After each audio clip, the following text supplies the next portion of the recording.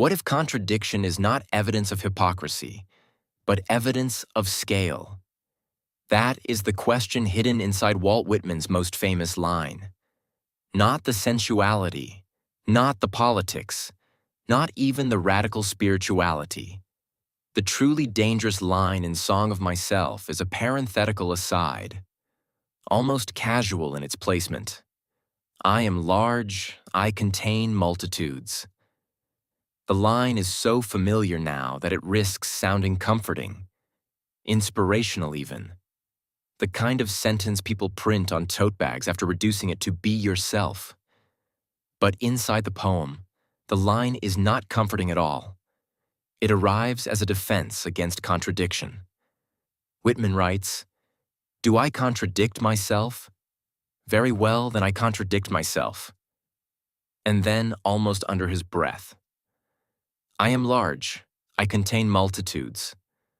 Most readings treat this as liberation.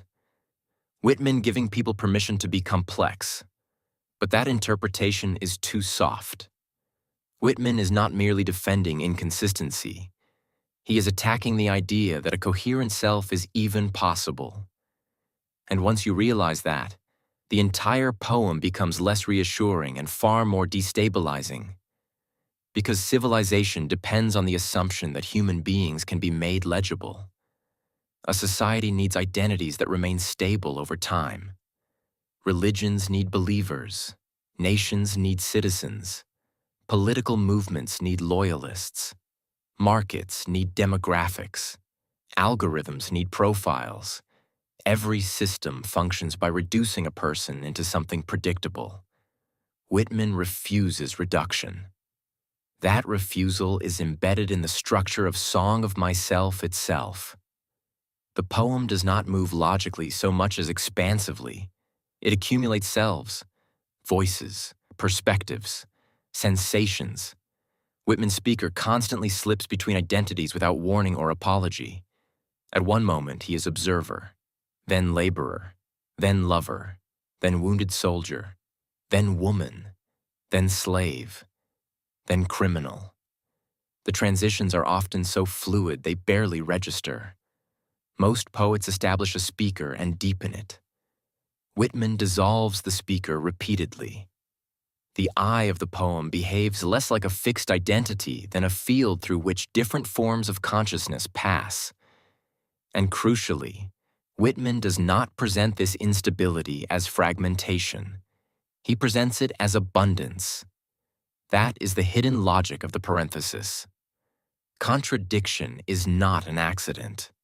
It is the consequence of largeness. The line matters because 19th century America treated consistency as moral evidence. Character was understood as coherence over time. To contradict yourself suggested weakness, unreliability, perhaps even corruption. Whitman understands this accusation perfectly. That is why he stages it directly inside the poem. Do I contradict myself? The question matters because contradiction normally demands correction. A philosopher resolves contradictions. A politician explains them away. A witness is discredited by them. Whitman does something stranger. He absorbs them. He refuses to solve the contradiction because he no longer accepts the assumption beneath it, that a person should be singular enough to remain internally consistent. And this is where the poem quietly turns against more than morality. It turns against logic itself. Western philosophy has long treated contradiction as evidence of error. From Aristotle onward, coherence became associated with truth. A thing could not both be and not be in the same respect at the same time. Whitman counters with something almost biological instead of logical. Living things contradict themselves because they are alive. A person can crave intimacy while fearing exposure. They can desire freedom while longing for authority. They can love someone and resent them simultaneously. They can believe in mercy and still hunger for revenge. Whitman does not reconcile these tensions. He does not purify the self into consistency. He enlarges the self until contradiction becomes inevitable. And the poem's form reinforces this idea constantly. Song of myself resists closure. Lists proliferate. Images accumulate faster than conclusions. Whitman's catalogs matter not only because they democratize poetic subject matter, but because they overwhelm hierarchy itself. The poem keeps refusing to settle into a final perspective. It expands faster than interpretation can stabilize it. Even Whitman's syntax contributes to this effect. The long rolling lines create momentum without strict containment. Clauses spill into one another.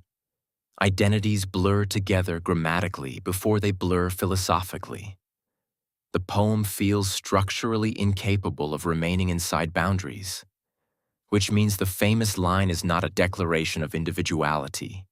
It is a declaration against simplification. And that becomes more unsettling the longer you think about it. Because if Whitman is correct, then every ideology that depends on stable human categories becomes partially false. Not entirely false, but insufficient. The political left and right both rely on predictable identities. So do religions. So do social classes. So do online cultures. Every system rewards coherence because coherent people are easier to classify. Consistency creates predictability.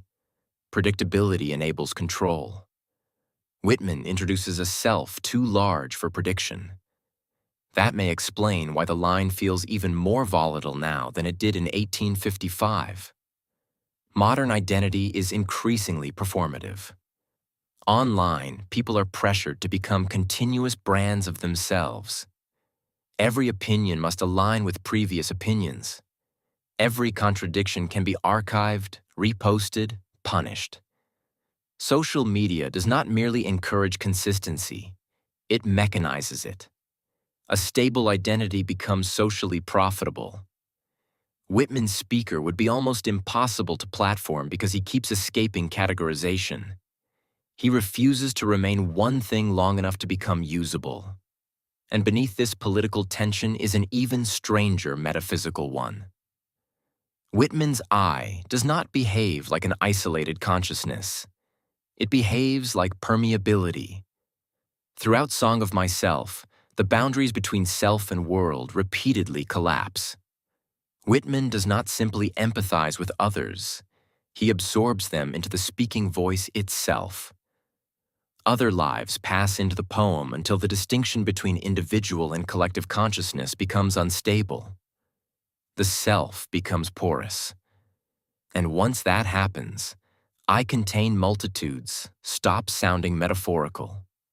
A human being is partly composed of inherited language, historical memory, social performance, private fantasy, unconscious impulse, and emotional residue from countless other lives. The self is not discovered in pure form somewhere beneath society. The self is an accumulation, an ecosystem, which means identity is never final. It is continuously negotiated between competing impulses that can never be perfectly unified. Whitman understood this long before modern psychology developed the language for it. The mind is not a monologue. It is pressure from many voices pretending to be one. And suddenly the parenthesis reads differently. Not triumphant, threatening. Because once you accept Whitman's premise, simplistic identities begin to collapse everywhere. The categories become too narrow. The labels stop holding. Even self-knowledge becomes unstable. You realize you are not one coherent being moving cleanly through history. You are tension. You are conflicting desires temporarily sharing a name. And that is precisely what makes Whitman dangerous.